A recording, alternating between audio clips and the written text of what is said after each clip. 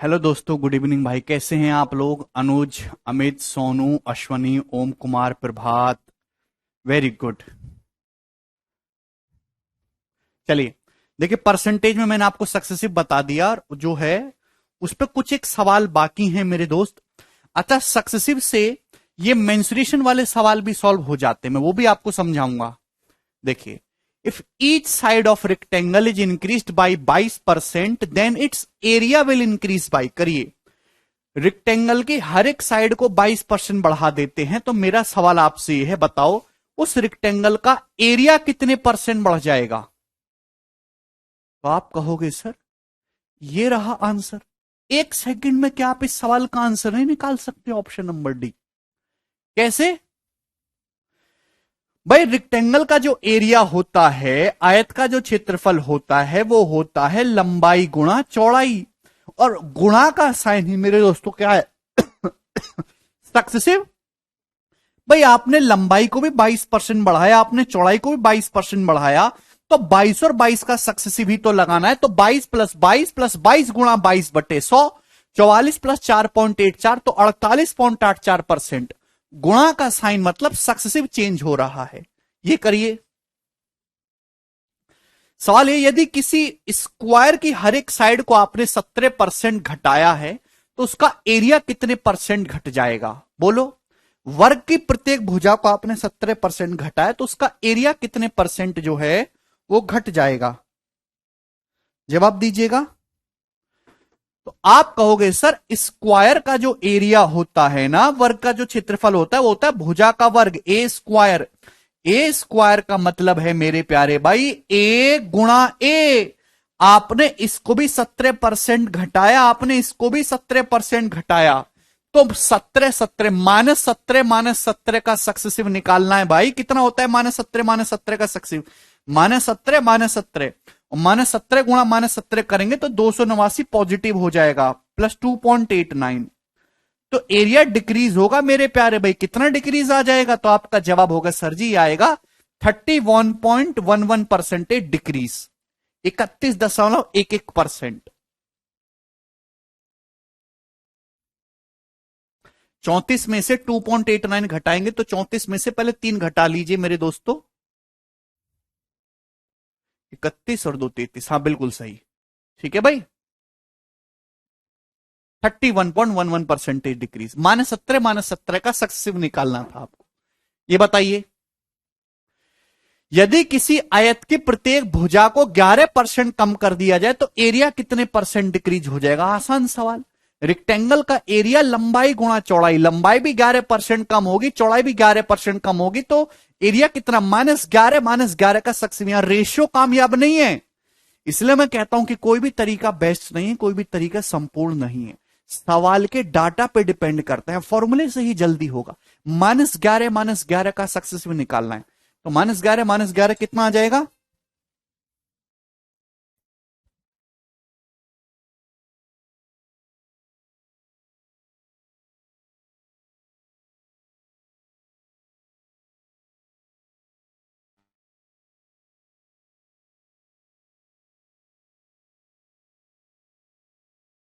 -11 -22 और +1.21, तो कितना आ जाएगा? -20.79%।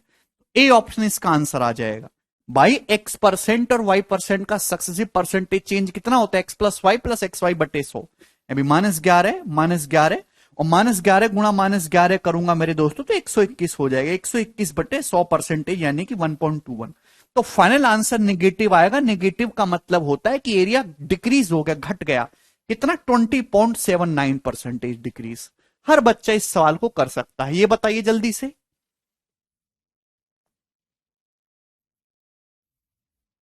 बोलो प्यारे स्टूडेंट्स।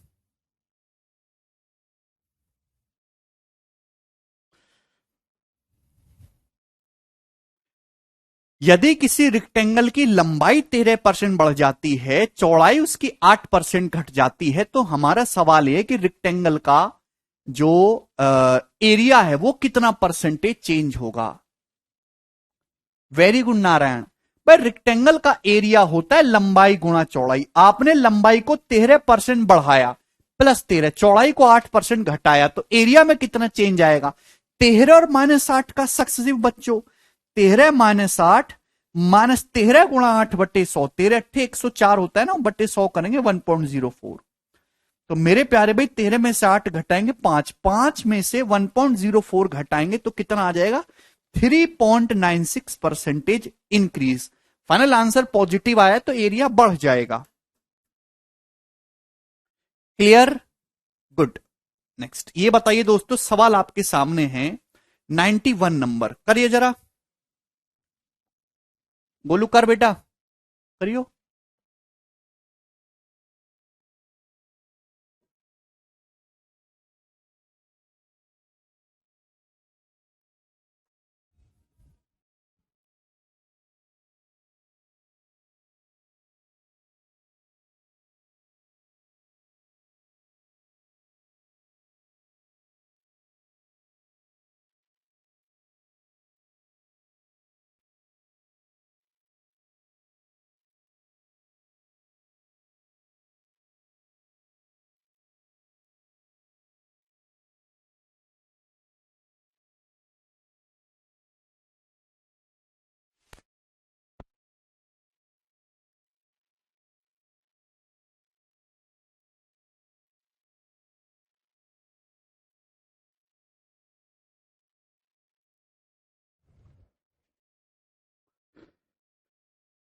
बताइए जल्दी, वेरी गुड। मैंने आपको बताया किसी रेक्टेंगल की लंबाई 17% कम हो जाती है, चौड़ाई 17% बढ़ जाती है, तो उसका एरिया में कितना परसेंटेज चेंज आएगा? एक्स परसेंटेज प्लस एक्स और माइनस एक्स परसेंटेज का नेट परसेंटेज चेंज जो आएगा वो हमेशा डिक्रीज होगा। कितना? X square by 100%। लेक्चर पढ़िए, पूरा डिटेल में बताया है। प्लस एक्स और माइनस एक्स का इफेक्टिव क्या आ जाएगा मेरे दोस्तों? X square by 100%। तो लंबाई, रेक्टेंगल का एरिया तो लंबाई गुणा चौड़ाई होता है। आपने लंबाई को 17% घटा दिया, चौड़ाई को 17% बढ़ा दिया, तो -17 प्लस 17 का सक्सेसिव कितना आएगा? एक्स स्क्वायर बटे 100, 17 स्क्वायर बटे 100, 2.89% डिक्रीज आएगा। ऑप्शन नंबर सी इसका आंसर है। बिल्कुल बेसिक सवाल है स्टूडेंट ये, और ये पेपर में आते हैं। सबसे बेसिक सवाल है ये वाला करिए, सवाल नंबर 92। कौन करेगा दोस्त इसे?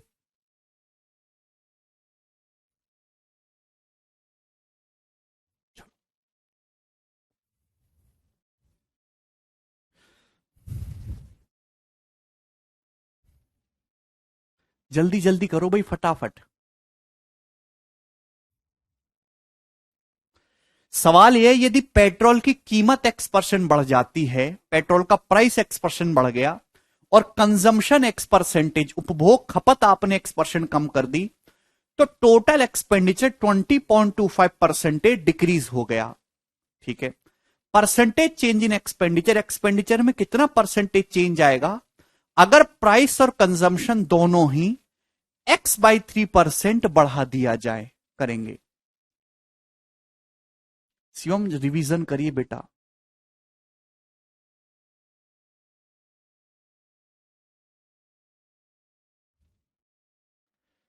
आप रिवीजन ही नहीं करते। वेरी गुड, बहुत सारे स्टूडेंट का आंसर आ गया। बिल्कुल सही कह रहे हैं आप लोग कि इस क्वेश्चन को सॉल्व करने के लिए पहले आपको निकालना होगा एक्स का मान। पहले एक्स का मान निकलेगा तब आपका आंसर आएगा।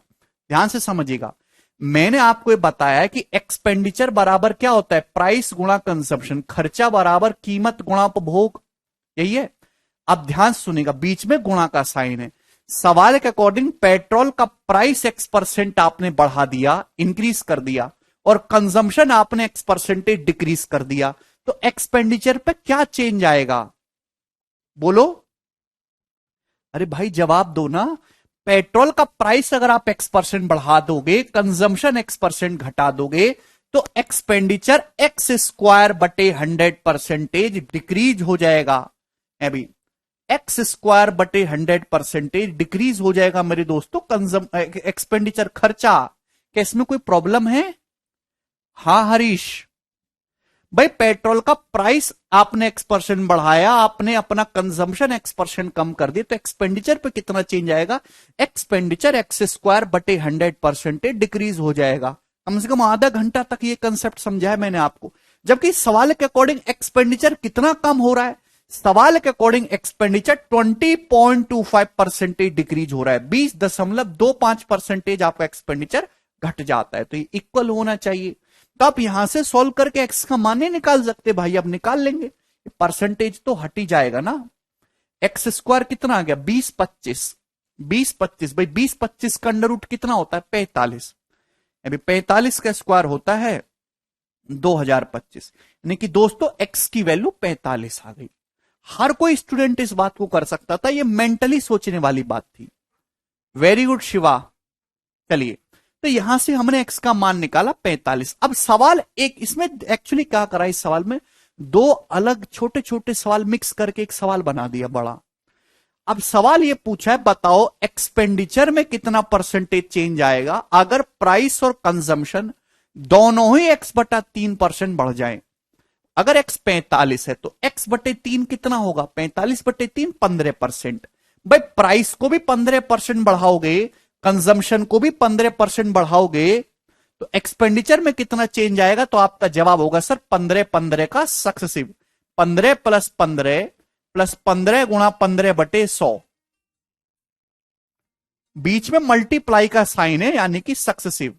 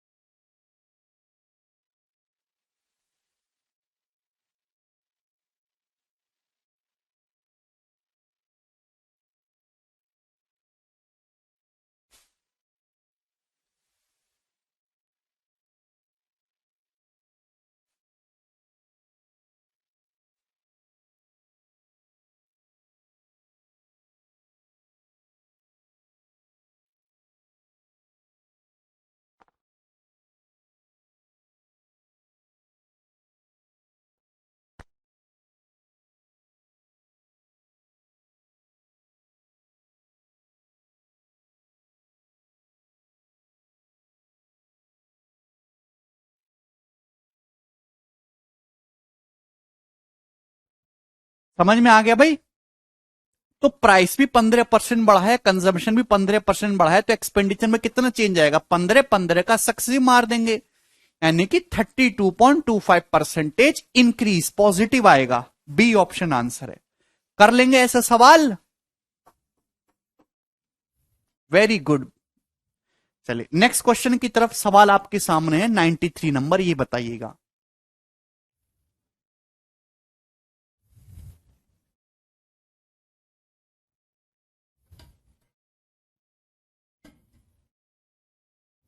बोलिए भाई जल्दी से। अंजलि कह रहे हैं x²/100 कैसे आया। अंजलि बेटा, जब घर पे जाके कुछ पढ़ते लिखते नहीं हो तो थोड़ा बहुत भी पढ़ने की क्या जरूरत है। देखिए अगर आप सरकारी नौकरी की तैयारी कर रहे हैं, सुनिएगा मेरी पहली बात, देखिए इन दो ही आदमी कामयाब हैं, जो या तो बिल्कुल नहीं पढ़ते, बिल्कुल नहीं पढ़ते, वो आदमी हमेशा कामयाब होगा जिसका पढ़ने से कोई लेना देना नहीं है। उसको मौका मिला, उसने पढ़ाई नहीं की, वो हमेशा राजा बना है।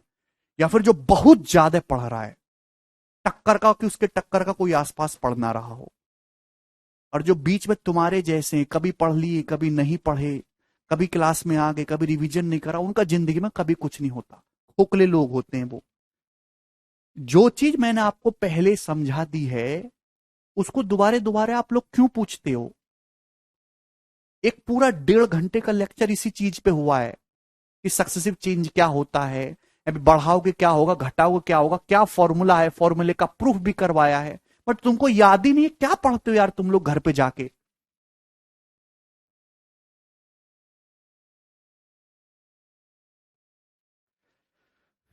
If price of petrol increases by 22:2/9%, petrol का जो प्राइस है वो 22 सही 2/9% बढ़ जाता है। ठीक, कोई प्रॉब्लम नहीं। पेट्रोल का जो कंजम्पशन है वो 53 लीटर बढ़ जाता है, और टोटल एक्सपेंडिचर मेरे दोस्तों इंक्रीजेस बाई 1710 रुपए। पेट्रोल का जो टोटल एक्सपेंडिचर है वो 1710 रुपए बढ़ जाता है। अगर पेट्रोल का जो इनिशियल एक्सपेंडिचर है, जो सॉरी इनिशियल कंजम्पशन है, एक्सपेंडिचर नहीं होगा, गलत लिखा हुआ है, इनिशियल कंजम्पशन कर लीजिएगा मेरे दोस्तों, ठीक है ना, इनिशियल कंजम्पशन। अगर पेट्रोल का इनिशियल कंजम्पशन दोस्त 154 लीटर है, तो आप मुझे बताइए इनिशियल एक्सपेंडिचर क्या है। करो, सवाल में दे रखा है पेट्रोल की कीमत 22 सही 2/9% बढ़ गई, और पेट्रोल की जो खपत है, जो कंजम्पशन है वो 53 लीटर बढ़ गया। इससे आपका टोटल खर्चा 1710 रुपए बढ़ गया है। अगर आपका इनिशियल कंजम्पशन 154 लीटर था, तो आप बताइए इनिशियल खर्चा, शुरुआती खर्चा कितना था। सभी बच्चे जानते, मैंने कम से कम 100 बार आपको यह बात बताइए, एक्सपेंडिचर बराबर प्राइस गुणा कंजम्पशन, खर्चा बराबर कीमत गुणा उपभोग। अगर आपको खर्चे का रेशियो निकालना है तो प्राइस और कंजम्पशन के रेशियो की गुणा करनी होगी, प्राइस और कंजम्पशन के रेशियो की गुणा। पेट्रोल की कीमत 22 सही 2/9% बढ़ गई, 22 सही 2/9% का फ्रैक्शन वैल्यू 2/9, 11:1/9%, 1/9, 22:2/9%, 2/9। तो पेट्रोल का प्राइस 2/9 बढ़ गया। क्या मतलब इस बात का कि अगर पेट्रोल का प्राइस अगर पहले 9 था, तब 9 से बढ़ के 11 हो गया। आप बोलोगे जी सर प्राइस का रेशियो है, प्राइस के रेशियो और कंजम्पशन के रेशियो की गुणा कर देंगे, एक्सपेंडिचर का रेशियो आ जाएगा। भाई पेट्रोल का जो इनिशियल कंजम्पशन था, इनिशियल कंजम्पशन कितना था, 154 लीटर पेट्रोल आप यूज करते थे शुरुआत में, जो शुरुआती खपत है वो 154 लीटर है, लेकिन पेट्रोल का कंजम्पशन 53 लीटर बढ़ गया। तो 154 लीटर था, 53 लीटर बढ़ाओगे तो बताओ बच्चों कितना हो जाएगा, 154 में 53 जोड़ूंगा 53, तो 208 हो जाएगा ना, 207 सॉरी। ठीक है भाई। भाई पेट्रोल का पहले कितना था, 154 लीटर, फिर 53 लीटर बढ़ गया, तो मेरे दोस्तों अब कंजम्पशन कितना हो गया, 207 लीटर। तो मैंने प्राइस और कंजम्पशन के रेशियो की गुणा कर दी, तो एक्सपेंडिचर का रेशियो आ गया खर्चे का। ये इनिशियल एक्सपेंडिचर और फाइनल एक्सपेंडिचर का रेशियो आ गया। बोलो 154 में 53 जोड़ेंगे 207 लीटर हो जाएगा। क्या इसमें कोई समस्या? हाँ जी, आप बोलोगे जी सर इसमें कोई भी समस्या नहीं है। काटा कूटी कर लेते हैं, देखिए 11 से चला जाएगा, 11 एकम 11 और 11 चौक 44। इन 9 से चला जाएगा मेरे दोस्तों, चला जाए तो ठीक है, 9 दूनी 18 और 7, 9 दूनी 18, 2 9 तिया 27। तो मेरे प्यारे भाई ये आ गया 14:23। सिंप्लीफाई करने पर 14:23। क्या इसमें किसी भी स्टूडेंट को कोई डाउट है? आप बोलोगे नहीं सर इसमें कोई भी संदेह नहीं है, 14:23, यानी कि इनिशियल एक्सपेंडिचर 14 है, तो अब खर्चा कितना हो रहा है, 23। सवाल के अकॉर्डिंग टोटल एक्सपेंडिचर 1710 रुपए बढ़ा है। मेरे प्यारे भाई अगर शुरुआत में 14 एक्सपेंडिचर था तो अब 23 है, तो एक्सपेंडिचर कितना बढ़ा है, तो आपका जवाब होगा सर 9 यूनिट। जबकि एक्सपेंडिचर बढ़ा कितना है, 1710 रुपए। तो 9 यूनिट की जो वैल्यू है वो 1710 रुपए, कितने गुना है, 190 गुना, 19 171, 1 यूनिट की वैल्यू 190 आ गई। आप बोलोगे जी सर वेरी गुड धीरज, 14 का मल्टीपल भी चेक कर सकते हैं। अभिषेक 23 का नहीं चेक करेंगे, पूछा क्या है, इनिशियल एक्सपेंडिचर पूछा, इनिशियल एक्सपेंडिचर 14 यूनिट है बेटा, 14 यूनिट, 14 का मल्टीपल अभी, एक की वैल्यू 190 रुपए, तो 14 यूनिट का मतलब 14 गुणा 190 रुपए इस क्वेश्चन का आंसर आ जाएगा। यानी कि 0 के बाद 6 यूनिट डिजिट आएगा मेरे दोस्तों, तो ये वाला ऑप्शन करेक्ट है, 2660 रुपए। सभी स्टूडेंट का आंसर आ गया ये तो।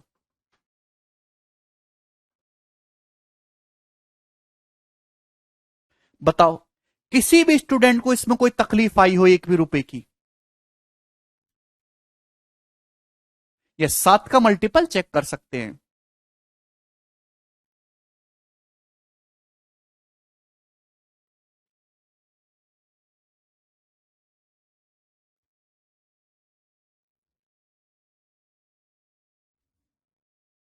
चलिए आगे करेंगे नेक्स्ट सवाल की तरफ। सवाल नंबर 94, बताइए जी इस क्वेश्चन का क्या आंसर है? बोलो।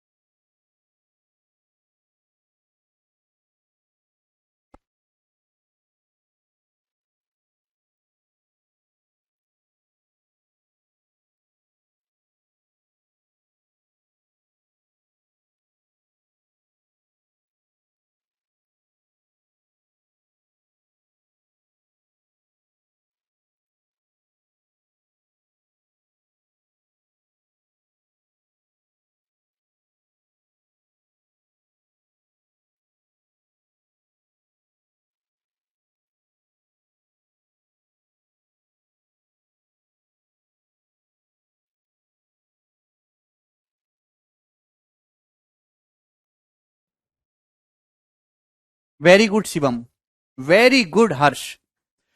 The radius of circle is increased so that its circumference increases by 15%. The area of circle will increases by, सवाल में दे रखा है एक सर्कल की रेडियस को इस प्रकार बढ़ाया जाता है कि सर्कल की परिधि 15% बढ़ जाए। तो बताओ उसका एरिया कितने परसेंट बढ़ जाएगा? देखिए ध्यान से सुनेगा। सर्कल की सरकमफ्रेंस जो होती है वो होती है 2πr। 2πr ध्यान सुनेगा। 2π एक कांस्टेंट है, यानी कि सरकमफ्रेंस जो होते हैं वो डायरेक्टली डिपेंड करती है रेडियस पे, परिधि, परिमाप। मतलब अगर सर्कल की परिधि 15% बढ़ रही है सरकमफ्रेंस, तो रेडियस भी 15% बढ़ाई गई होगी। आप बोलोगे जी सर, तो रेडियस 15% बढ़ी है, सरकमफ्रेंस भी 15% बढ़ी है, कोई दिक्कत? भैया सर्कल का एरिया होता है pi r square, pi r square, r square का मतलब आर गुणा आर। पाई तो एक कांस्टेंट है, एरिया डिपेंड करता है रेडियस के स्क्वायर पे। रेडियस 15% बढ़ी है, रेडियस गुणा रेडियस है, तो यानी कि एरिया में कितना चेंज आएगा? 15-15 का सक्सेसिव, बीच में मल्टीप्लाई का साइन है। 15-15 का सक्सेसिव, रेडियस 15% बढ़ी तो 15-15 का सक्सेसिव कितना होता है दोस्तों? B option 32.25%। 15 + 15 + 15 गुणा 15/100। नेजू वेरी गुड, रौनक वेरी गुड भाई। 15 + 15 + 15 गुणा 15/100, तो एरिया 32.25% इंक्रीज हो जाएगा।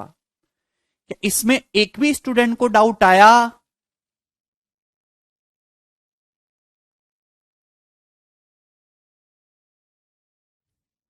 क्लियर? आगे चलेंगे। लास्ट सवाल, सवाल नंबर 95 इस सीट का। बताइए मेरे दोस्तों इस क्वेश्चन का क्या आंसर है और कौन मुझे इसे करके बताएगा? यह सक्सेसिव है मेरे दोस्त। गोलू करिए बेटा।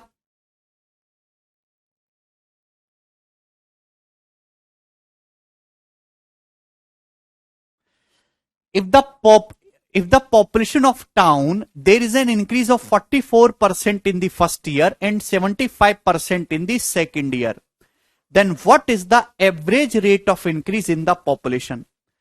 एक शहर की जनसंख्या पहले साल 44% बढ़ती है, दूसरे साल 75% बढ़ती है, तो जनसंख्या में वृद्धि की औसत दर क्या है? बहुत ही बेहतरीन सवाल, सीएचएसएल का पूछा हुआ क्वेश्चन है, आप इसे रेशियो से भी कर सकते हो, फॉर्मूले से भी कर सकते हो, इच्छा आपकी है। भाई अगर किसी शहर की जनसंख्या पहले साल 44% बढ़े, दूसरे साल 75% बढ़े मेरे दोस्तों, तो भैया आपसे पूछा जनसंख्या में वृद्धि की औसत दर क्या है, तो आप मुझे बताइए 2 साल में पॉपुलेशन बढ़ी कितनी। तो पहले साल 44%, दूसरी 75%, सक्सेसिव बढ़ती है। तो 44 और 75 का सक्सेसिव, 44 प्लस 75 प्लस 44 गुणा 75/100,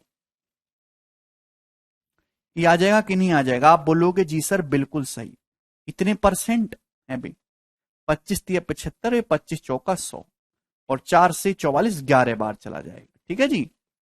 तो ये 77 और 75 यानी कि 152%, यानी कि 2 साल में जो पॉपुलेशन है शहर की 152% बढ़ गई है। क्लियर है प्यारे बच्चे? आप बोलोगे हाँ जी सर। 2 साल में जो पॉपुलेशन है वो 152% बढ़ गई, ठीक है। आपसे पूछे 2 साल में 152% बढ़ रही है, तो वृद्धि की औसत दर क्या है?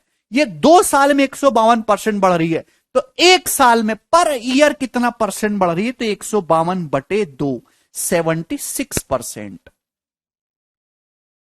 भाई किसी गांव में 2 साल में 152 लोग बढ़ गए, तो हर एक साल में एवरेज कितना बढ़ रहे हैं? 76 लोग बढ़ रहे हैं ना, 76% पर एनम की वृद्धि में औसत दर है, ठीक है भाई। रेशियो से भी कर सकते, फॉर्मूले से भी कर सकते, दोनों ही रास्ते आपके पास खुले हुए हैं।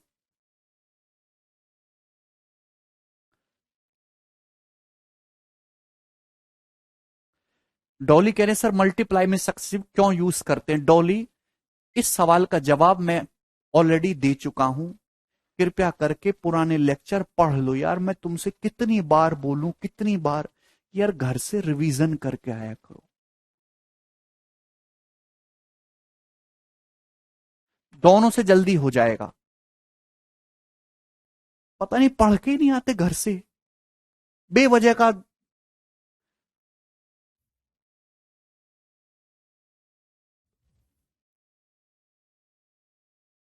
चलो ठीक है, अब ये सेकंड शीट समाप्त हो गया, अब तीसरी शीट लगवाता हूं। एक सेकंड होल्ड करेंगे।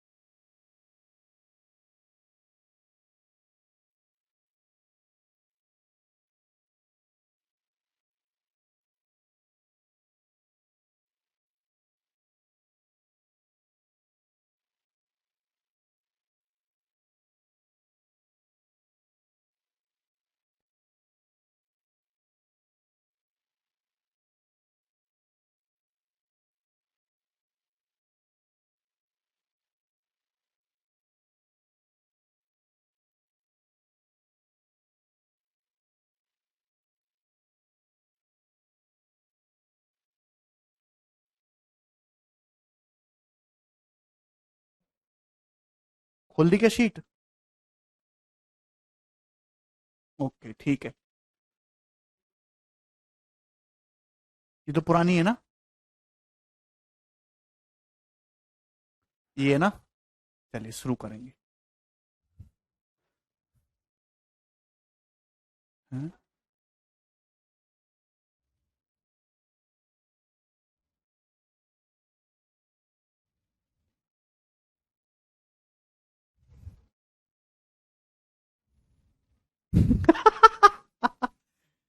शेखावत कह रहे हैं sir how to understand the language of questions. Shekhawat, इतना सेंटेंस अंग्रेजी में लिख पा रहे हो फिर भी कह रहे हैं understand the language of question. Shekhawat, आप अखबार पढ़ना शुरू करो, लोगों से बातचीत करना शुरू करो, है ना, थोड़ा बोला करो लोगों के बीच हिंदी अंग्रेजी में। बताओ, ऐसे भी विद्यार्थी जिनको यही नहीं समझ में आता कि सवाल की लैंग्वेज क्या है। बचपन में आप लोगों ने इमला पिमला नहीं लिखा था। चलिए मेरे दोस्तों, तो भी हो जाएगा मुकेश, वो भी मैं समझाऊंगा, चिंता ना करिए। चलिए, ये परसेंटेज की शीट नंबर 3 है मेरे दोस्त। इस शीट में भी आपके 50 से ज्यादा क्वेश्चन हैं। मेरी बात को ध्यान सुनिएगा, इसमें मैं आपको 3 टाइप कवर करवाऊंगा मेनली। सबसे पहले इनकम वाले सवाल, इनकम वाले। दूसरा, इलेक्शन वाले क्वेश्चन जो होते हैं वो इसी में आएगा, और कमीशन वाले सवाल जो आते हैं वो भी इसी सीट में आएगा मेरे प्यारे भाई, ठीक है ना।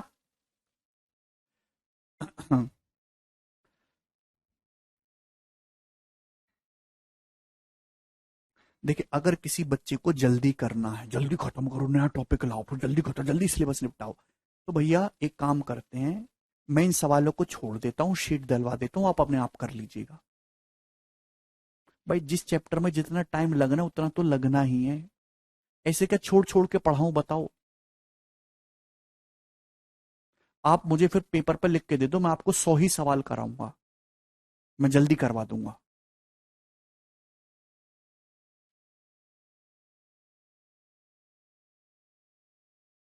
4 शीट है परसेंटेज में और 1 महीना लगेगा।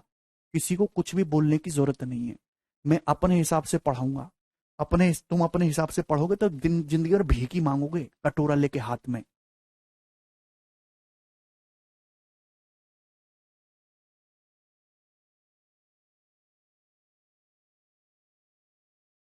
कितनी बार मैं एक ही बात को तुमको समझाता हूं कि भाई 5 टीचर से अलग अलग पढ़ने की बजाय एक टीचर से रुक के टिक के पढ़ लो। दिक्कत क्या है उसमें।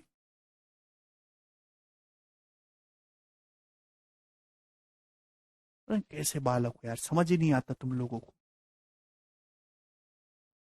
इतनी अशांति, जब आपके अंदर इतनी अशांति, तो सरकारी नौकरी की तैयारी क्यों कर रहे हो। सरकारी नौकरी में तो खत्म आदमी चाहिए, जो बिल्कुल शांत हो, जिसके अंदर कोई क्रिएटिविटी ना हो। इतने बौखलाए हुए हो तो बिजनेस करो भाई, क्यों नौकरी की तैयारी कर रहे हो।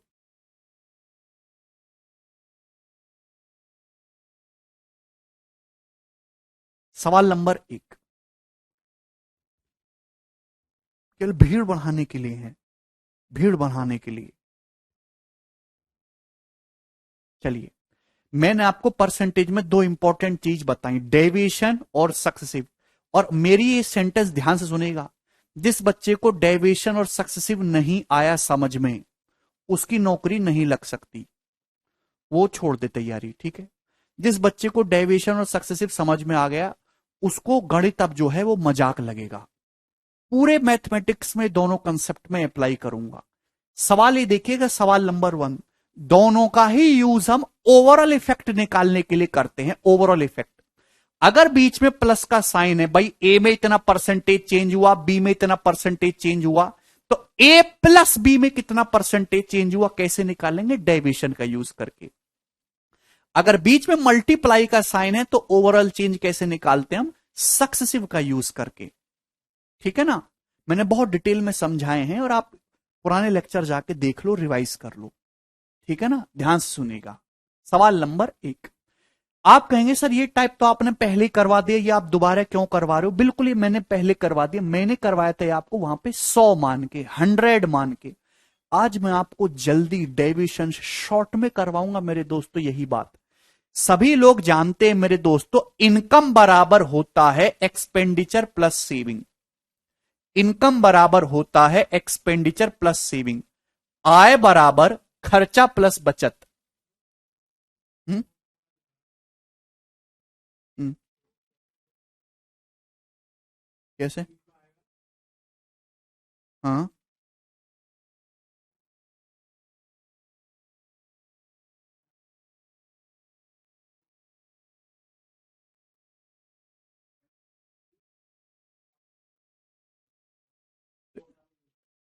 स्टैंड ले आओ फिर। स्टैंड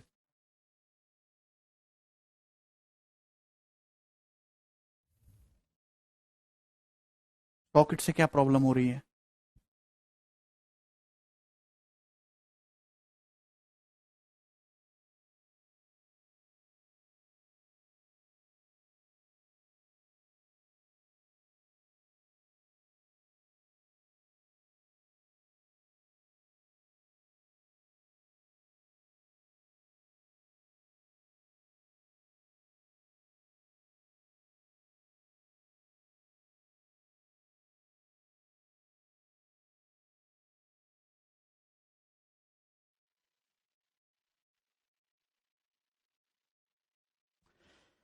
देखिए मेरे दोस्तों, आप इस सवाल को 100 मान के भी कर सकते हैं, मैंने आपको ऑलरेडी सिखाया हुआ है, ठीक है ना। अब ध्यान सुनिएगा, इनकम बराबर एक्सपेंडिचर प्लस सेविंग, बीच में प्लस का साइन है।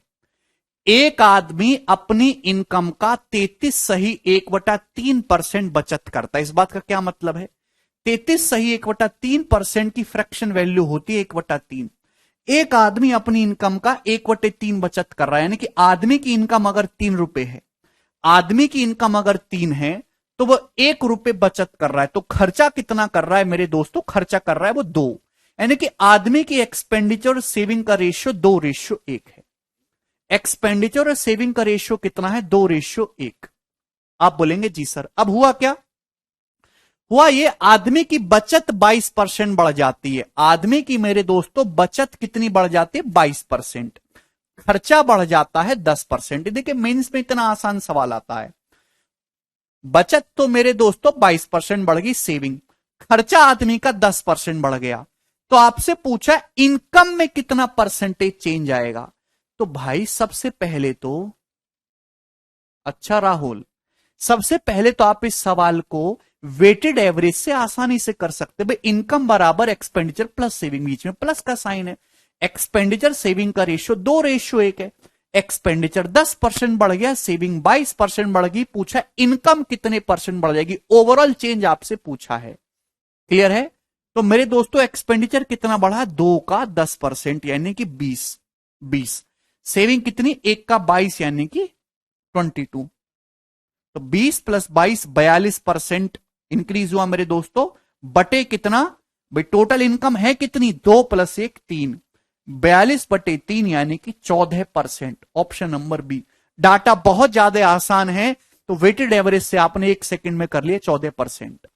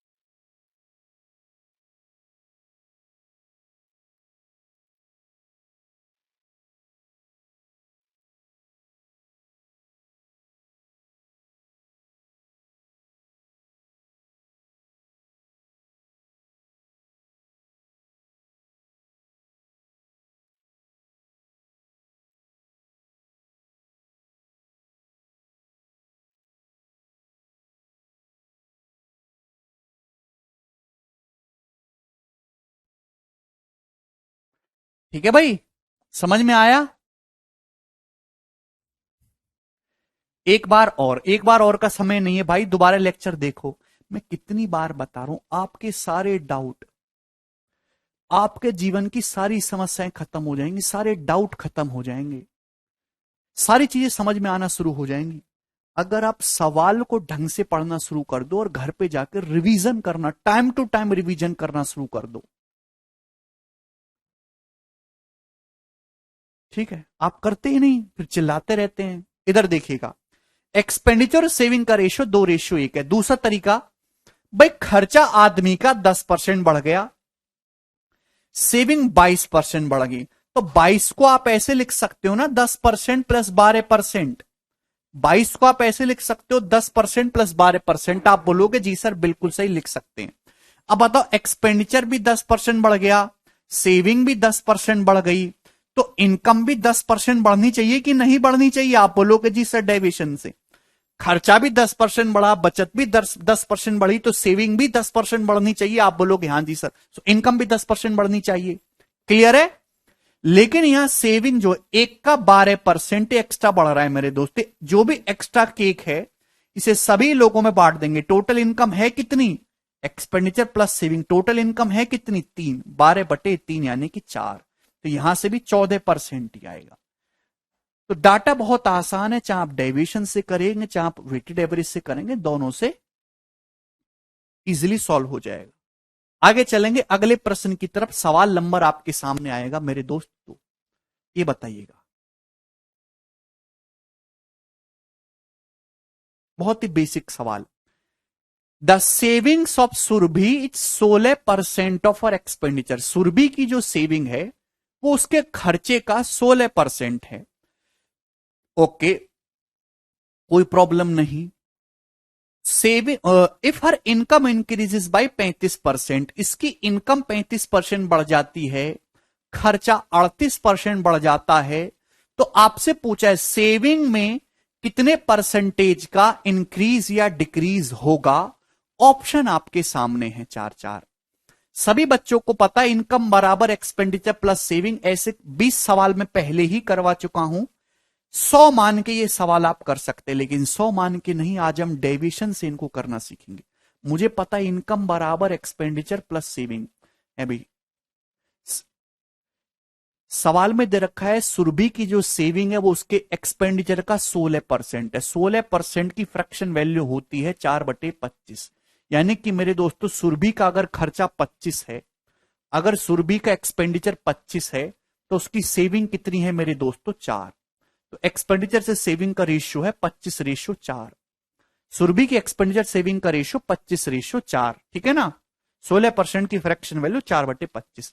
अब हुआ क्या? सुरभि की इनकम 35% बढ़ जाती है, expenditure plus saving overall. Income का मतलब एक्सपेंडिचर प्लस सेविंग, यानी कि ओवरऑल जो है 35% बढ़ रहा है। अभी इनकम कितनी बढ़ी? 35%। एक्सपेंडिचर प्लस सेविंग इनकम होती कितनी बढ़ी? 35%। खर्चा सुरभि का बढ़ जाता है 38%। खर्चा 38% बढ़ जाता है मेरे प्यारे भाई। आप बोलोगे जी सर बिल्कुल सही। तो मेरा सवाल ये है, तो ये बताइए कि सेविंग कितने परसेंटेज इंक्रीज या डिक्रीज होगी? सेविंग्स कितने परसेंट बढ़ेगी? जवाब दीजिए मेरे दोस्तों। बचत कौन करेगा जी इस सवाल को? सेविंग्स कितने परसेंटेज इंक्रीज या डिक्रीज होगी? तो आपको रिवर्स प्रोसेस समझना है। जतिन सवाल को ढंग से पढ़िए। 16% की फ्रैक्शन वैल्यू होती है 4/25। सुरभि की सेविंग उसके एक्सपेंडिचर का 4/25 है, यानी कि बेस में हमेशा बेस वैल्यू होती है 25। अगर एक्सपेंडिचर है तो बचत 4 है। अभी मेरे प्यारे भाई ओवरऑल आपका 35% बढ़ा इनकम, खर्चा 38%। पूछा है सेविंग कितने परसेंट बढ़ेगी? मैंने आपको पहले ही सिखा रखा है रिवर्स डेविएशन बहुत इंपॉर्टेंट है। अगर इनकम 35% बढ़ रही है तो खर्चा भी 35% बढ़ना चाहिए, बचत भी 35% ही बढ़नी चाहिए। बोलो यस सर नो करके। आप बोलोगे जी सर। अगर इनकम 35% बढ़ रही है ओवरऑल तो खर्चा भी 35% बढ़ना चाहिए, बचत भी 35% बढ़ना चाहिए। लेकिन यहां खर्चा 38% बढ़ा, बढ़ना चाहिए था 35, बढ़ा 38%। 3% एक्स्ट्रा बढ़ा मेरे प्यारे भी, 3%। खर्चा 25 का 3% यानी कि 75% एक्स्ट्रा बढ़ा, तो 75% मेरे दोस्तों कम कर देंगे। बैलेंस करने के लिए 75% एक्स्ट्रा हो रहा है, बैलेंस करने के लिए मैं ओवरऑल 35% पे इसको बैलेंस कर रहा हूं। 75% कम कर देंगे मेरे प्यारे भी। सेविंग्स में सेविंग कितनी है? 4। जो भी आप कैलकुलेट करते हैं उसी की बेस वैल्यू से डिवाइड करेंगे। सेविंग कितनी है? 4/4। सेविंग में परसेंटेज निकालना है, ये आ जाएगा मेरे दोस्तों। तो ये मुझे इतनी बात पता है कि आंसर निगेटिव तो नहीं आने वाला, डिक्रीज नहीं होगा, पॉजिटिव ही होगा मेरे दोस्तों। 22.5% इंक्रीज नहीं आएगा, यही आएगा डी ऑप्शन। ऑप्शन काफी दूर दूर दे रखे हैं ना। 75 को 4 से भाग करेंगे तो 19 जाएगा, 19 चौक 76 लगभग। 35 में से 19 घटाएंगे 16, 16% के आसपास एक ही ऑप्शन है डी, ये उत्तर हो जाएगा।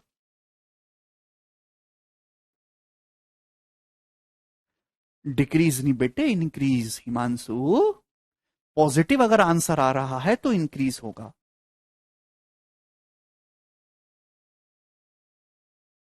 किसी स्टूडेंट को इसमें कोई डाउट?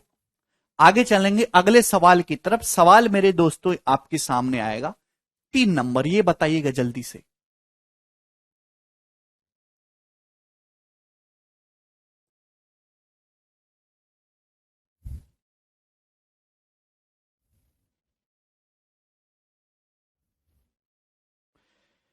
अनु अपनी इनकम का 80% खर्च करता है, कोई प्रॉब्लम नहीं। अनु की इनकम 12% बढ़ जाती है, बचत 10% घट जाती है। तो आपसे पूछा है मेरे दोस्तों, ये बताइए कि एक्सपेंडिचर में कितना परसेंटेज चेंज आएगा। एक्सपेंडिचर में 100 मान के सवाल कर सकते हो और आसान रहेगा, आसान हो जाएगा उससे भी। मैं डेविएशन से बता रहा हूं, देखिए सवाल समझिएगा। ये एक्सपेंडिचर, ये सेविंग। क्वेश्चन के अकॉर्डिंग अनु अपनी इनकम का 80% खर्च कर रही है। 80% का मतलब होता है 4/5। अगर अनु की इनकम 5 है तो उसमें से खर्च कितना कर रही है 4, तो बचत कितना कर रही है 1। ये एक्सपेंडिचर और सेविंग का रेशियो है 4:1। हुआ क्या? अनु की इनकम 12% बढ़ गई, यानी कि expenditure plus saving, overall income कितना बढ़ गया 12%। बचत 10% कम हो गई मेरे दोस्तों। इनकम 12% बढ़ गई, सेविंग 10% कम हो गई मेरे प्यारे भाई। तो एक्सपेंडिचर में कितना परसेंटेज चेंज आएगा? जवाब दीजिए मेरे प्यारे भाई, बोलेंगे जल्दी से, बोलो।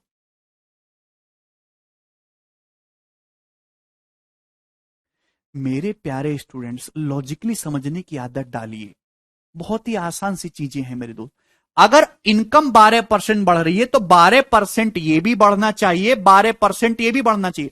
अगर इनकम 12% बढ़ रही है तो खर्चा भी 12% बढ़ना चाहिए, बचत भी 12% बढ़नी चाहिए। लेकिन बचत 12% बढ़ के ना 10% घटी है। बचत 12% बढ़नी चाहिए थी, बचत लेकिन 10% घटी है। 22% का नुकसान हुआ, 22% का मेरे दोस्तों।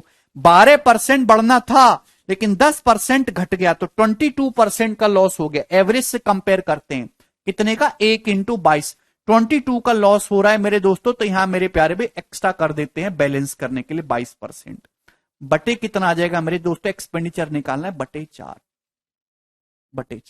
22/4 कितना होगा? 5.5। तो 12 में 5.5 जोड़ूंगा, 17.5%, ऑप्शन नंबर ए। तो एक्सपेंडिचर 17.5% इंक्रीज हो जाएगा। ये इस क्वेश्चन का आंसर है, 17.5%।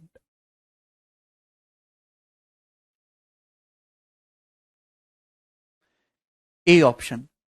मुझे नहीं लगता यहां तक हमारे किसी भी स्टूडेंट को कोई डाउट है, हमेशा एवरेज से कंपेयर करते हैं। देखिए ये सवाल वेटेड एवरेज से भी हो जाएगा, ऐसा नहीं है मेरे दोस्तों। सेविंग कितनी घटी मेरे दोस्तों? 10%। इनकम कितनी बढ़ी है मेरे प्यारे भाई? आपकी 12%। पूछा एक्सपेंडिचर में कितना चेंज आएगा मेरे प्यारे भाई। अब लॉजिकली समझिएगा ध्यान से, बहुत प्यार से मैं आपको समझाऊंगा। देखिए इनकम होता है मेरे दोस्तों एक्सपेंडिचर प्लस सेविंग। अगर एक्सपेंडिचर 4 है, सेविंग 1 है, तो इनकम हो जाएगी 5। इनकम कितनी हो जाएगी मेरे प्यारे भाई? 5। इनकम 5 रुपए, इनकम बढ़ी कितनी? 12%। तो 5 रुपए का 12% अगर आप निकालेंगे मेरे दोस्तों तो 0.6 होता है। लेकिन मैं पॉइंट में जाऊंगा ही नहीं, जब मुझे आंसर निकालना है मेरे प्यारे भाई डेसिमल में, परसेंटेज में, तो मैं परसेंटेज में रहने दूंगा भाई। अगर एक्सपेंडिचर 4 रुपए, बचत 1 रुपए, तो इनकम होनी है 5। इनकम 12% बढ़ी, तो इनकम 5 रुपए का 12% कितना होता है? 60%। इनकम इतना बढ़ी मेरे दोस्तों 60%।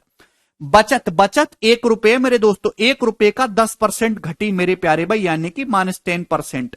बचत 10% घटी भाई, ये कितना हो रहा है? माइनस का 10%।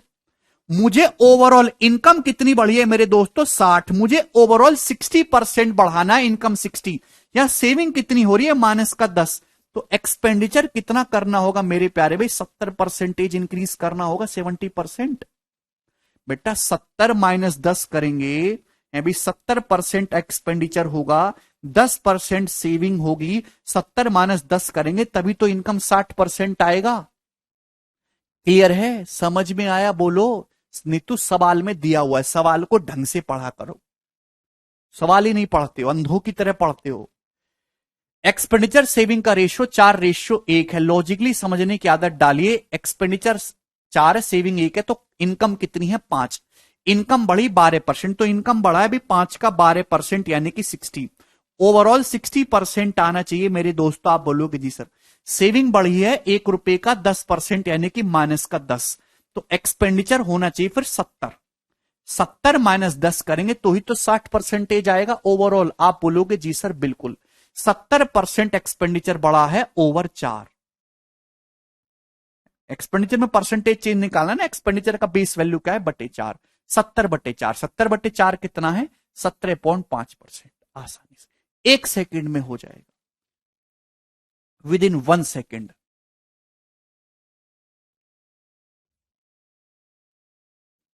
आगे चलिए अगले प्रश्न की तरफ। सवाल नंबर है 4 आपके सामने, ये बताइएगा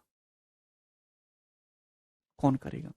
ये सवाल 2 एग्जाम में आया, बिल्कुल सेम डिट्टो डाटा 2020 का जो मेंस हुआ है मेरे दोस्तों, और एसएससी फेज 9 के एग्जाम में सेम क्वेश्चन। एक आदमी अपनी इनकम का 35% बचत करता है, उसकी इनकम 20.1% बढ़ जाती है, खर्चा 25% बढ़ जाता है, तो आपसे पूछा है सेविंग में कितना परसेंटेज चेंज आएगा। ये एक्सपेंडिचर सेविंग बराबर कितना होता है, एक्सपेंडिचर प्लस सेविंग बराबर इनकम। एक आदमी अपनी इनकम का 35% बचत कर रहा है, इनकम का 35%, 35% का फ्रैक्शन वैल्यू 7/20। यानी कि अगर एक आदमी की इनकम ₹20 है तो ₹7 की बचत कर रहा है, खर्चा कितना कर रहा है वो 13। ये रेशियो आ गया एक्सपेंडिचर सेविंग का। हुआ क्या, आदमी की जो इनकम है वो 20.1% बढ़ गई, 20.1%। आप बोलोगे जी सर खर्चा जो एक्सपेंडिचर वो 25% बढ़ गया है भी, कितना 25%। तो आपसे यह पूछा है कि बताओ सेविंग में कितने परसेंटेज की वृद्धि होगी, जवाब दीजिए। अगर इनकम 20.1% बढ़ी है तो खर्चा भी 20.1% बढ़ना चाहिए, बचत भी 20.1% ही बढ़नी चाहिए मेरे दोस्तों। Is that clear. लेकिन एक्स भाई अगर इनकम 20.1% बढ़ा है ओवरऑल तो खर्चा भी 20.1% बढ़ना चाहिए, बचत भी 20.1%। लेकिन खर्चा 25% बढ़ा, 20.1% से कितना फालतू 4.9%। खर्चा 4.9% एक्स्ट्रा बढ़ा है मेरे दोस्तों। ₹13 का 4.9% एक्स्ट्रा बढ़ा है, तो उसको यहां पे कम कर लेते हैं मेरे दोस्तों। 13 इंटू 4.9% कम कर लेते हैं। आप बोलोगे जी सर बिल्कुल कम करना होगा, /7। सेविंग कितनी है 7/7। 7×7 = 49 और 13×7 = 91, 9.1। 20.1 में से 9.1 घटाएंगे तो कितना आ जाएगा मेरे दोस्तों, ये 11% यानी कि सेविंग कितनी इंक्रीज हुई है, 11% वृद्धि हुई है। ऑप्शन नंबर ए इस क्वेश्चन का आंसर है।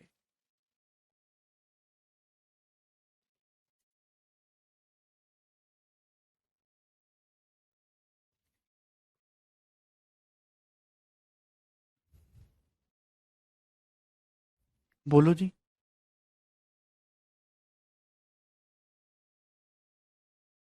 यस और नो। अगर इनकम 20.1% बढ़ी है तो ये भी खर्चा भी 20.1 बढ़ना चाहिए, सेविंग भी 20.1 बढ़ना चाहिए। लेकिन खर्चा बढ़ रहा है 25, 4.9% एक्स्ट्रा बढ़ रहा है खर्चा।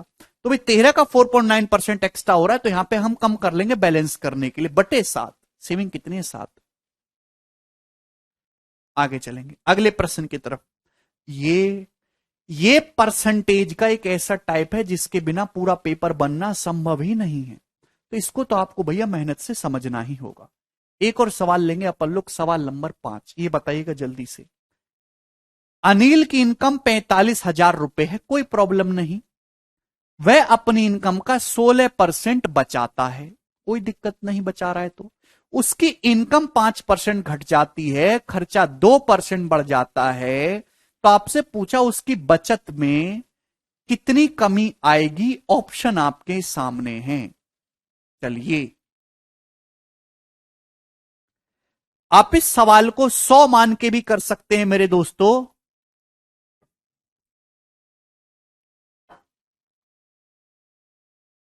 है मेरे प्यारे भाई, और आंसर इस बार रुपया में पूछा है। 100 मान के भी कर सकते हैं दोस्त, और डेविएशन से भी कर सकते हैं, इच्छा आपकी है। सबसे पहले आपसे पूछा उसकी बचत में कितने की कमी आएगी रुपए में। रुपए बाद में निकालना, पहले परसेंटेज निकाल लो। एक आदमी अपनी इनकम का 16% बचा रहा है, इस बात का क्या मतलब है? एक आदमी अपनी इनकम का 16% बचाता है, 16% की फ्रैक्शन वैल्यू होती है 4/25, यानी कि इनकम 25 है तो 4 बचत कर रहा है, खर्चा कर रहा है 21। ये एक्सपेंडिचर सेविंग का रेशियो, ये 1 सेकंड में लिखा करो यार, कितना लिखना पड़ता है तुम्हारे लिए। आदमी की इनकम 5% कम हो जाती, इनकम 5% घट गई मेरे दोस्तों, 5%। खर्चा 2% बढ़ गया, खर्चा 2%। आप बोलोगे जी सर बिल्कुल सही, खर्चा 2%। पूछा है सेविंग में कितना परसेंटेज का चेंज आएगा, निकालो। अगर इनकम 5% बढ़ रही है तो खर्चा भी 5% अगर इनकम 5% घट रही है तो खर्चा भी 5% घटना चाहिए, खर्चा भी 5% कम होना चाहिए, सेविंग भी 5% कम होनी चाहिए। लेकिन खर्चा, भाई इनकम इनकम अगर 5% घट रही है तो खर्चा भी 5% घटना चाहिए, सेविंग भी 5% घटना चाहिए। लेकिन खर्चा ससुरा 2% बढ़ रहा है, 5% घटने की बजाय 2% बढ़ रहा है, यानी कि यहां 7% एक्स्ट्रा हो गया। -5 से +2 पे चला गया, 7% एक्स्ट्रा हो रहा है मेरे दोस्तों।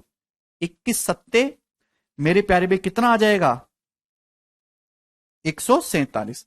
147% एक्स्ट्रा हो रहा है तो यहां कम करा लेते हैं /4। आप बोलोगे जी सर बिल्कुल सही, यानी कि सेविंग में कितना चेंज आएगा? 20 और 147, 167/4%। ये आ गया इतने परसेंट, यानी कि सेविंग 167/4% कम हो जाएगी। सेविंग कितनी घट जाएगी? 167/4%। ये मैंने आपको किससे बताया? डेविएशन से। आप इस बात को वेटेड एवरेज से भी कर सकते, इच्छा आपकी है, ऐसे मैं मना नहीं कर रहा है भाई। भाई एक आदमी की जो इनकम है वो कितनी घट गई है? 5%।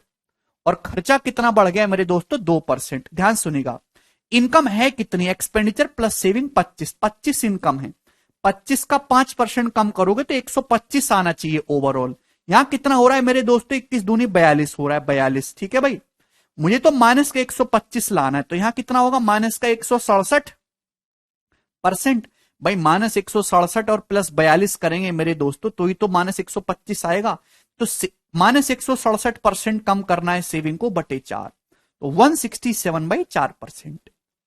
कितने परसेंटेज डिक्रीज हो जाएगी मेरे प्यारे भाई सेविंग? दोनों ही तरीके से मैंने आपको बता दिया। तो सेविंग 167/4% डिक्रीज हो जाएगी प्यारे बच्चे। क्लियर है? आप बोलोगे हां जी, लेकिन ये नहीं पूछा, इस बार रुपए में पूछा है कि बताओ सेविंग कितने परसेंट डिक्रीज होगी। बहुत अच्छा सवाल है। एक आदमी की इनकम 45,000 है, 45,000 रुपए में से कितना बचा रहा है? 16%। भाई एक आदमी की इनकम 45,000 रुपए है, 45,000 रुपए का 16% बचत कर रहा है मेरे दोस्तों। ये आदमी की बचत निकल के आई, बचत, ये आदमी की बचत है। 45,000 रुपए इनकम है, 45,000 का 16% ये बचत है। इतने रुपए की बचत कर रहा है, और वो बचत कितनी कम हो गई? वो बचत 167/4% कम होगी। तो इसका 167/4% आपको निकालना है। बात समझ में आ गई? इनकम 45,000 है, 45,000 में 16% बचत कर रहा है, तो 45,000 का 16% बचत आई। और बचत कितना कम हुई? 167/4%। ये आपको निकालना है। आप बोलोगे जी सर बिल्कुल सही। परसेंटेज, परसेंटेज से 4 जीरो, बट परसेंटेज का मतलब 1/100, ये 2 बार परसेंटेज है तो ये 4.5 हो जाएगा मेरे दोस्तों, 4.5। क्लियर है ना? 4 से 16 4 बार जाएगा तो 45 इंटू 4 ये 18 हो जाएगा। 167 इंटू 18 ये इस क्वेश्चन का आंसर आएगा। पहली बात तो आंसर का यूनिट डिजिट 6 होगा, 8 7 56, 6 सभी का 6 है। और आंसर जो भी होगा मेरे प्यारे भाई वो 9 का मल्टीपल होना चाहिए, 9 का मल्टीपल। ये वाला ऑप्शन नहीं है, ये वाला ऑप्शन हो सकता है, ये ऑप्शन भी नहीं है। 3 2 5 6 11, ये वाला ऑप्शन भी नहीं है। एक ही ऑप्शन बच रहा है, बी।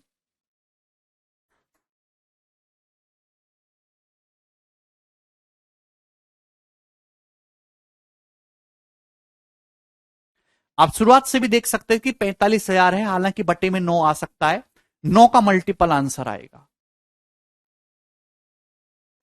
किसी भी स्टूडेंट को इसमें कोई समस्या है तो आप पुराने लेक्चर देखिए डेविएशन के, ठीक है ना? यहां बिल्कुल मत रुकिए, कोई फायदा नहीं, कोई जरूरत नहीं आपकी। अगला सवाल, सवाल नंबर 6 आपके सामने आ रहा है, बोलिए जी। सवाल एग्जैक्टली 2020 के मेंस के पेपर का पूछा हुआ है मेरे दोस्तों। कौन करेगा इस प्रश्न को?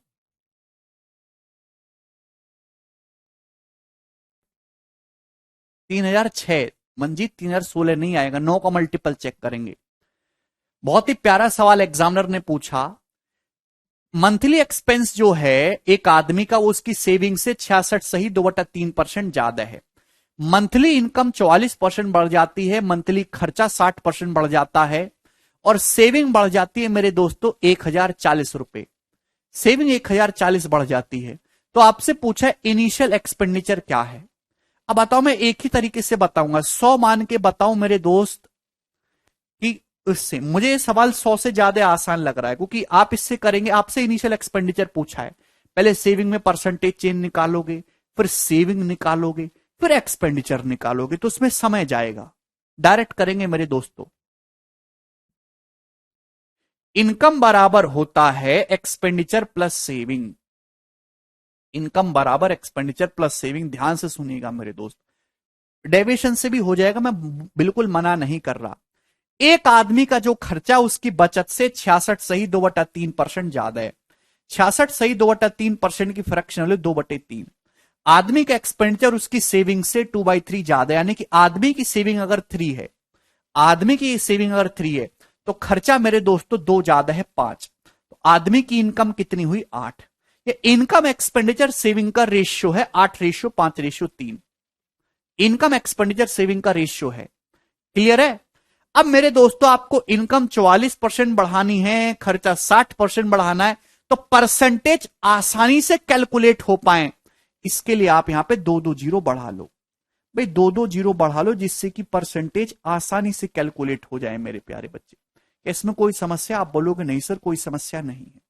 अब बताओ, एक आदमी की इनकम 44% बढ़ जाती है, 800 का 44% कितना होता है?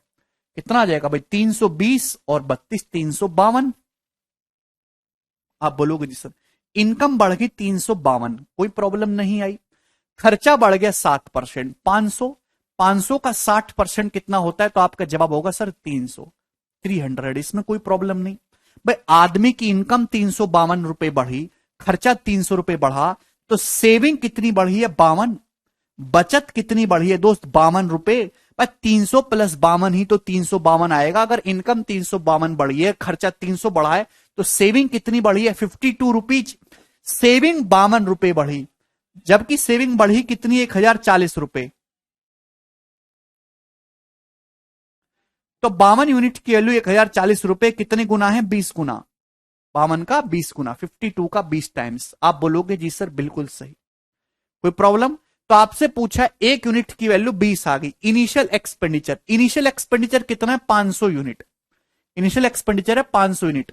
तो 500 यूनिट का 20 गुना करेंगे मेरे दोस्तों, कितना आ जाएगा? 10,000 रुपए। तो इनिशियल खर्चा 10,000 रुपए है, ऑप्शन नंबर सी, और ये इस क्वेश्चन का आंसर है।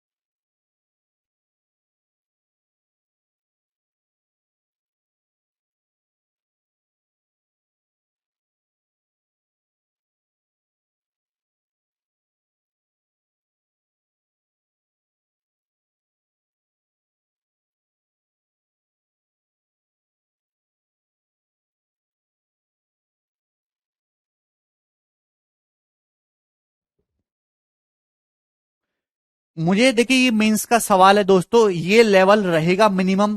ठीक है भाई, जो पूरा आसान सवाल है, कर लोगे? अरे भाई कर लोगे कि नहीं कर लोगे? कर लेंगे। चलिए आगे चलेंगे, अगला सवाल। सवाल है मेरे प्यारे भाई दोस्त, नेक्स्ट क्वेश्चन की तरफ चलेंगे। सवाल नंबर 7 ही बताइएगा।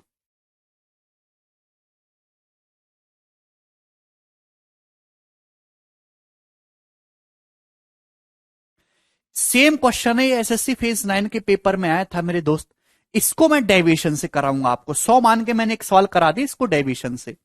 एक आदमी का जो मंथली एक्सपेंडिचर है वो उसकी सेविंग से 40% ज्यादा है। मंथली इनकम 40% बढ़ जाती है, खर्चा मंथली 60% बढ़ जाता है, तो उसकी बचत 2070 रुपए ज्यादा होती है एक महीने में। तो आपसे पूछा इनिशियल खर्चा बताओ। देखिए इनिशियल खर्चा, ये एक्सपेंडिचर है, ये सेविंग है। एक आदमी जो है, एक आदमी का जो खर्चा है वो उसकी सेविंग से 40% ज्यादा है। 40% की फ्रैक्शन वैल्यू 2/5, यानी कि मैं कह सकता हूं अगर सेविंग 5 है आदमी की तो खर्चा 7 है। आप बोलोगे जी सर बिल्कुल सही, खर्चे और सेविंग का रेशियो है। आदमी की income, expenditure plus saving income होता है, इनकम 40% बढ़ गई, खर्चा 60% बढ़ गया, तो कोई मुझे यह बताएगा सेविंग कितने परसेंट बढ़ी है? कोई बताने वाला है इस दुनिया में?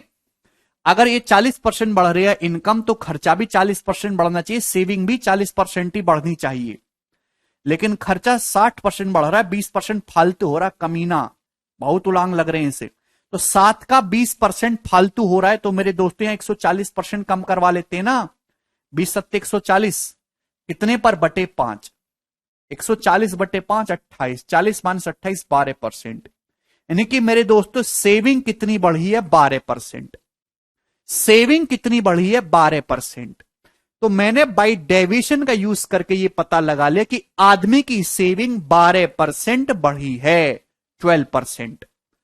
मैंने कुछ नहीं किया, केवल मैंने ये पता लगा लिया कि आदमी की जो सेविंग है वो कितनी बढ़ी है, 12%। बेटा बैलेंस करना होता है दोस्त। आएगा भी नहीं साहिल, बिल्कुल समझ नहीं आ रहा साहिल। जॉब लगने के चांसेस भी बिल्कुल नहीं है तुम्हारे, क्योंकि आप एक गधे हैं, ठीक है ना, प्योर गधा। तो 12% आदमी की सेविंग बढ़ी है। कोई समस्या यहां तक?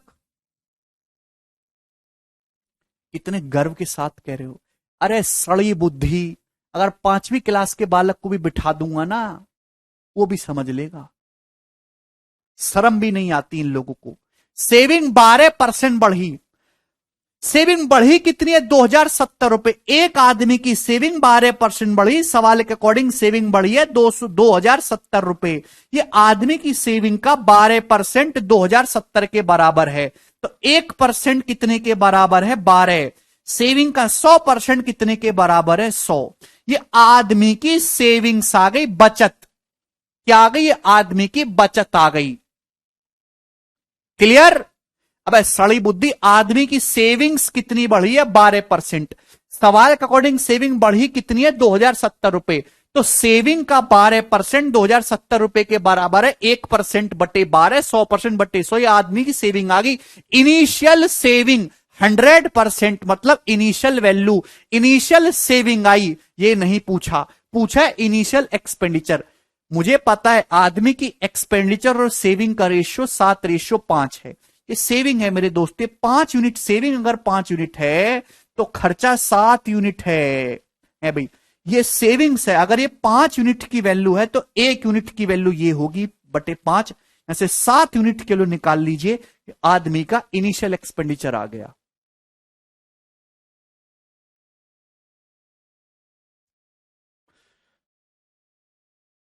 बोलो। अब आप बुद्धि कुछ समझ में आ रहा है तुमको? सेविंग भैया, ये मैंने क्या करा है, कितना समझाना पड़ता है यार, कम से कम खुद तो कुछ दिमाग लगाया करो। सेविंग आ गई।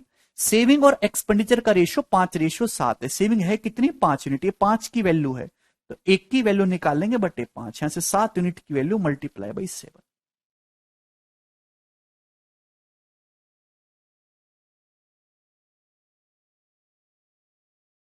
ये आदमी का इनिशियल एक्सपेंडिचर आ गया।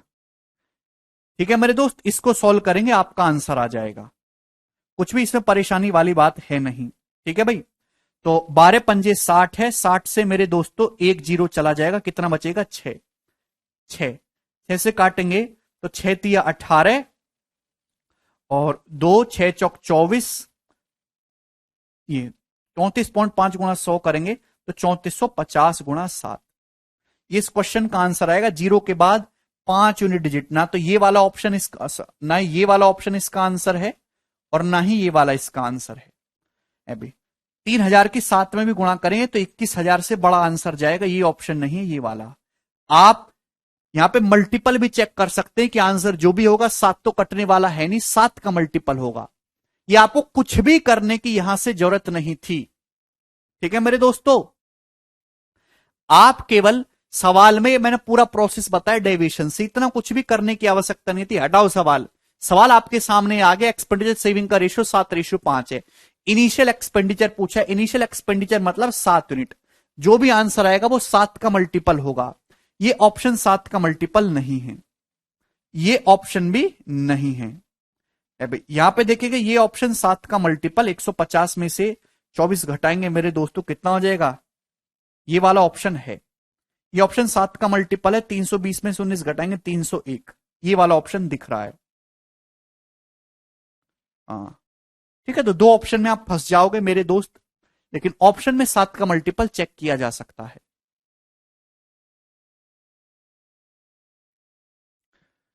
राजा कह रहे हैं आप आईएएस में सिलेक्ट क्यों नहीं हुए? राजा हम इतने टैलेंटेड है ही नहीं कि आईएएस में सिलेक्ट हों, सिंपल सी बात। और आईएएस में सिलेक्ट होंगे करेंगे क्या बताओ? मैं सिलेक्ट होऊंगा तो सीधा विधायक में सिलेक्ट होऊंगा।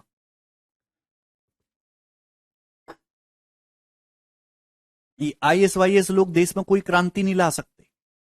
देश को अगर सुधार करना है तो नेता बनिए, आईएएस बन के कोई फायदा नहीं है। आईएएस अपने स्वार्थ के लिए बन रहे हैं स्टूडेंट। देश के भविष्य निर्माता केवल नेता हैं। अगर आपके अंदर जज्बा है देश करने, देश सेवा करने का अगर कोई है तो आप आईएएस से बेटर एक छोटे गांव का प्रधान बनिए। कम से कम एक गांव का तो वो करेंगे। आईएएस के पास क्या है, सारा ऑर्डर ऊपर से आता है।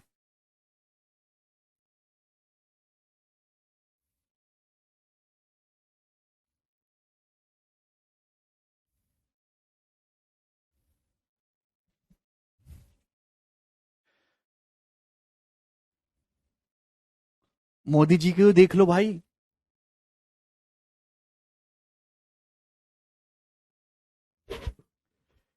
सवाल नंबर 8, अब मैं टाइप चेंज कर रहा हूं।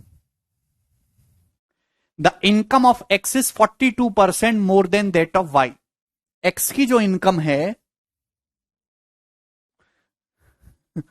वो वाई से 42% ज्यादा है। And income of Z is 45% less than the sum of income of X and Y. और जेड की जो इनकम है वो एक्स और वाई की इनकम के सम से 45% कम है। तो आपसे पूछा जेड की जो इनकम है वो एक्स से कितना परसेंट कम है। Correct to 1 decimal place. Approx में आंसर बताना है, ऑप्शन आपके सामने है। देखिए मेरे दोस्तों, एक विधायक का और एक सांसद का जो स्ट्रगल होता है ना, वो 100 आईएएस के स्ट्रगल से भी ज्यादा है। आईएएस बनने के लिए क्या करना है आपको, रट्टू पोपट होना चाहिए और आप एक कमरे में बैठ के खूब किताबें पढ़ के आईएएस निकाल सकते हैं। एक विधायक और सांसद को बहुत ज्यादा मेहनत करनी पड़ती है कि उसे आईएएस के लिए केवल खुद को मेहनत करनी है, विधायक के लिए जनता को से भी मेहनत करवानी है अपने लिए। कौन ज्यादा टैलेंटेड हुआ?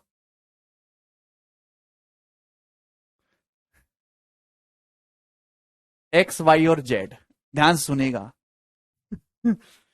चलिए, एक्स की जो इनकम है वो वाई से 42% ज्यादा है। तो मेरे दोस्तों यानी कि एक्स की इनकम वाई से 42% ज्यादा। अगर वाई की इनकम अगर 100 है तो एक्स की जो इनकम है वो 142 है, ऐसा सवाल में बोला गया है। ठीक। जेड की जो इनकम है वो एक्स और वाई की इनकम के सम से 45% कम है। तो मेरे प्यारे भाई, जेड की जो इनकम है एक्स और वाई की इनकम की सम, एक्स और वाई की इनकम का सम कितना है? 142 प्लस 100 242। जेड की जो इनकम है एक्स और वाई की इनकम के सम से 45% लेस है। किसी संख्या को 45% लेस करोगे तो कितनी हो जाएगी? 55%। भाई जेड की जो इनकम है एक्स और वाई की इनकम के सम से 45% कम है, यानी कि 55% एक्स और वाई की इनकम के सम का। क्लियर है? 55%। आप बोलोगे जी सर, सवाल में पूछा जेड की इनकम एक्स से कितना परसेंट कम है मेरे प्यारे भाई, तो ये हो गया रेशियो। आपको जेड और एक्स में क्या चाहिए मेरे प्यारे भाई? केवल रेशियो चाहिए। क्या इसमें किसी को कोई समस्या है? आप बोलोगे नहीं सर, इसमें कोई भी समस्या नजर नहीं आ रही है। भाई चाहे तो आप इसको सिंप्लीफाई कर लो, जैसे आपको पसंद है वैसे कर लीजिए, इच्छा आपकी है मेरे दोस्तों। भाई 242 का 55% कितना होता है? भाई 242 का 50% कितना हुआ मेरे दोस्तों? 121। 242 का 50% आधा 121, ये 50% की वैल्यू, तो 5% कितना होगा? 12.1। तो कितना है मेरे दोस्तों? 133.1। 2 3 2 3 133.1। समझ में आया कैसे किया मैंने? मुझे 242 का 55% अगर निकालना था तो 242 का 50% निकाला मैंने पहले, 121। 121 अगर 50% की वैल्यू है तो 5% कितना होगा? 12.1। तो 133.1 आ गया। यानी कि अगर एक्स की इनकम 142 है तो जेड की इनकम कितनी है? 133.1। तो बताओ जेड की इनकम, यही तो पूछा, जेड की इनकम एक्स से कितना कम है, तो 142 से 133.1 कितना कम है? तो ऑप्शन भी काफी ज्यादा नजदीक है, आप बहुत ज्यादा अप्रोक्सीमेशन ही लगा सकते हवा में। 142 से 133 कितना कम है? तो आपका जवाब होगा सर जी 9। 9 लेस है 9। कितना आ रहा है मेरे प्यारे भाई? 9। कोई प्रॉब्लम? भाई 142 में से अगर आप 133 घटाएंगे मेरे दोस्तों तो कितना आ रहा है? तो आपका जवाब होगा सर 9 आएगा, लेकिन 133.1 है, 8.9 आएगा मेरे प्यारे भाई। कितना लेस है? 8.9।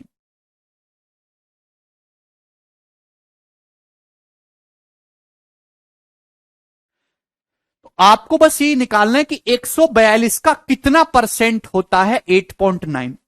142 का कितना परसेंट होता है 8.9, यही आपको निकालना है मेरे प्यारे भाई। क्लियर है? अगर आप इस सवाल के ऑप्शन देखो तो सारे ऑप्शन 6% के नजदीक हैं। अगर मैं 142 का 6% निकालूं, 6% तो कितना आएगा? 140 का 6% 8.4, और 2 का 6% मेरे दोस्तों 0.12, यानी कि 8.52। भाई अगर 142 का 6% भी निकालो मेरे दोस्तों तो कितना आ जाएगा? 8.52। तो 8.9 तो भैया 6% से ज्यादा आएगा ना, तो ये वाले दोनों ऑप्शन नहीं हो सकते। ये दोनों ऑप्शन नहीं हो सकते मेरे प्यारे भाई। क्या आपको ये बात समझ में आ रही है? बेटा बहुत ही लॉजिकली सोचना पड़ता है, मेरे पास भाग करने का समय नहीं है। मेंटली सोचता हूं 142 का 6% निकालोगे तो 8.52 आएगा। मेरे प्यारे भाई ये तो 8.90, अभी भी कमी है मेरे दोस्तों। 0.5 की कमी भी अभी भी आपको दिखाई दे रही है, लगभग 0.4 की कमी। 142 कितना होगा मेरे प्यारे भाई? 142 का 0.4 कितना होता है? अगर 1% निकालूंगा तो 1.4, आधा परसेंट निकालूंगा 0.7। मेरे दोस्तों अगर आधा परसेंट इसमें ऐड करेंगे, ये 6% आया मेरे दोस्तों, 6% है भाई। 142 का 6%, 8.52 मुझे निकालना है। 8.9 कितना परसेंट है? अगर 142 का 1% निकालेंगे तो 14 आएगा लगभग, आधा परसेंट निकालेंगे 7 आएगा। अगर आधा परसेंट इसमें ऐड कर दूंगा तो इससे बड़ा चला जाएगा, ये वाला पॉसिबल नहीं है। आंसर 6.5% से कम ही रहेगा। एक ही ऑप्शन है सी, 6.3%। जिस दिन ऐसा सोचने लगोगे उस दिन जाके आपकी नौकरी लगेगी। नहीं देविंदर, अरे आप लोगों को समझ में आ रहा है 142 से 133.1 कितना कम है? तो 8.9 कम है। 8.9 कितना परसेंट 142 का ये निकालना है। सबसे पहले मैंने ऑप्शन देखा, ऑप्शन कितने नजदीक है? 6% के। 142 का 6% कितना होता है मेरे दोस्तों? तो यह आ जाएगा 8.52। ये कितने की वैल्यू है? 6% की, लेकिन मुझे तो 8.90 निकालना है, तो जाहिर सी बात है 6% से बड़ा आएगा। ये दोनों ऑप्शन नहीं है, ये दोनों ऑप्शन फंसे। अब मेरे दोस्त एक 6.5 से बड़ा, एक छोटा है, ये 6% की वैल्यू। 1% कितना होगा? 1%।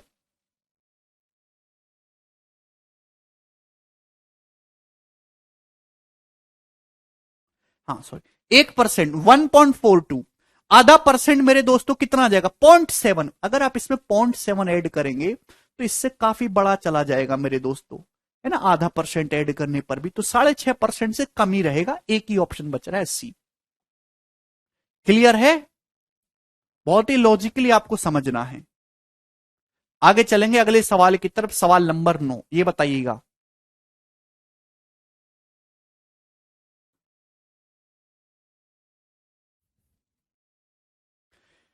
यही है कैलकुलेशन ट्रिक, समझे ना। ए की सैलरी बी की सैलरी से 38% ज्यादा है, तो बी की सैलरी ए से कितना परसेंट कम है। बहुत बढ़िया सवाल। ए की सैलरी, ये सवाल मैं आपको पहले करवा चुका हूं मेरे दोस्तों, डायरेक्ट एक बार मैंने फिर से ले लिया। ए की सैलरी बी से 38% ज्यादा है।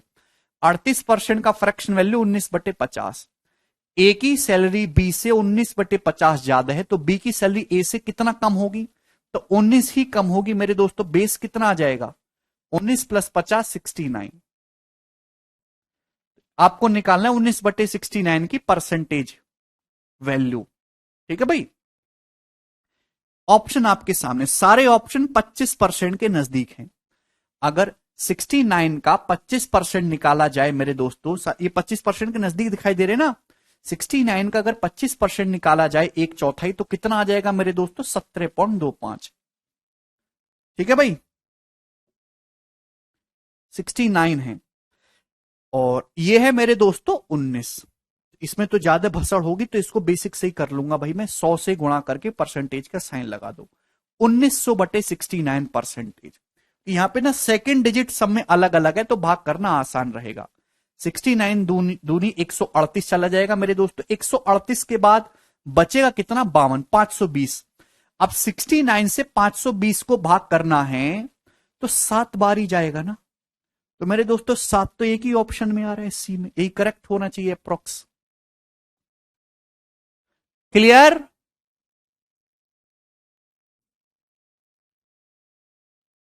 अरे बोलो, कभी तो कुछ बोला करो यार आप लोग, पता नहीं क्या हो गया है। भाई दो तो जाएगा ही जाएगा, सेकंड डिजिट सभी का अलग अलग है तो मुझे ज्यादा हाथ पांव नहीं मारने पड़ेंगे।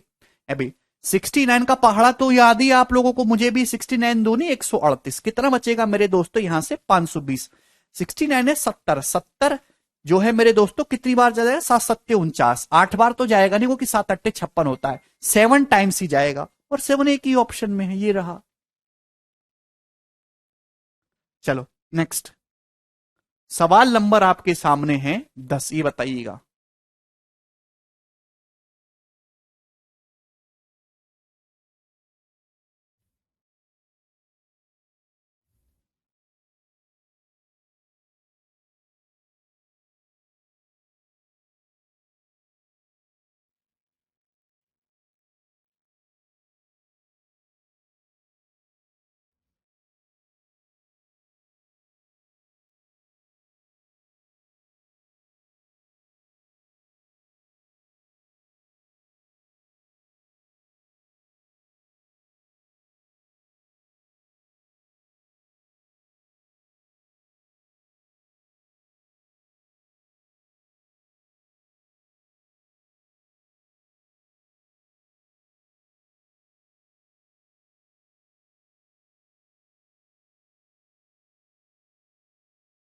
एक आदमी की मंथली सैलरी 36,890 से बढ़ के 47,980 रुपए हो जाते, उसकी मंथली सैलरी कितने परसेंट बढ़ी। इतना सस्ता सवाल है, लेकिन कैलकुलेशन एग्जामिनर ने ऐसी डाल दी कि आपकी जो है हालत खराब हो जाएगी। इनकम एक्सपेंडिचर वाला सवाल। पता, एक आदमी की मंथली सैलरी 36,890 है, उससे बढ़ के 47,980 होगी तो कितनी बढ़ी, तो आपका जवाब होगा लगभग, सर 890 980 हटाओ यार, 36,000 से 47,000 हो रही है तो लगभग 11,000 बढ़ी मेरे दोस्तों। 11,000, यही है ना। अब 36,000 का अगर मैं 1/3 भी निकालूं तो 12,000 होता है मेरे दोस्तों, यानी कि 33.33% से कम आएगा। ये वाला ऑप्शन तो नहीं है भाई। अगर ध्यान से सुनिएगा मेरे दोस्तों, मैं तो ऑप्शन से करने वाला आदमी हूं। ये 36,890 है, ठीक है मेरे दोस्तों। अगर मैं इसको 37,000 भी मान लू, 37,000, सारे ऑप्शन 30,000 के 30% के नजदीक है। 37,000 का अगर मैं 30% में निकालूं तो 11,100 रुपए आएगा। 37 से 111 होता है ना, यानी कि आंसर 30% के नजदीक ही होना चाहिए। एक ही ऑप्शन है जी, ए करेक्ट है।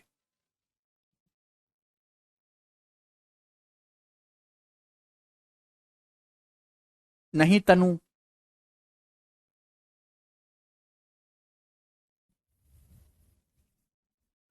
क्लियर? भाग करने नहीं बैठेंगे बच्चों की तरह किसी 11,000 बढ़ी, 11,000 बटे 36,890 गुणा 100%। ऐसे नहीं करना है, ठीक है जी। चलिए आगे के प्रश्न को हम काबू में लेते हैं। सवाल नंबर 11, ये बताइए जी इस क्वेश्चन का क्या आंसर है मेरे दोस्तों।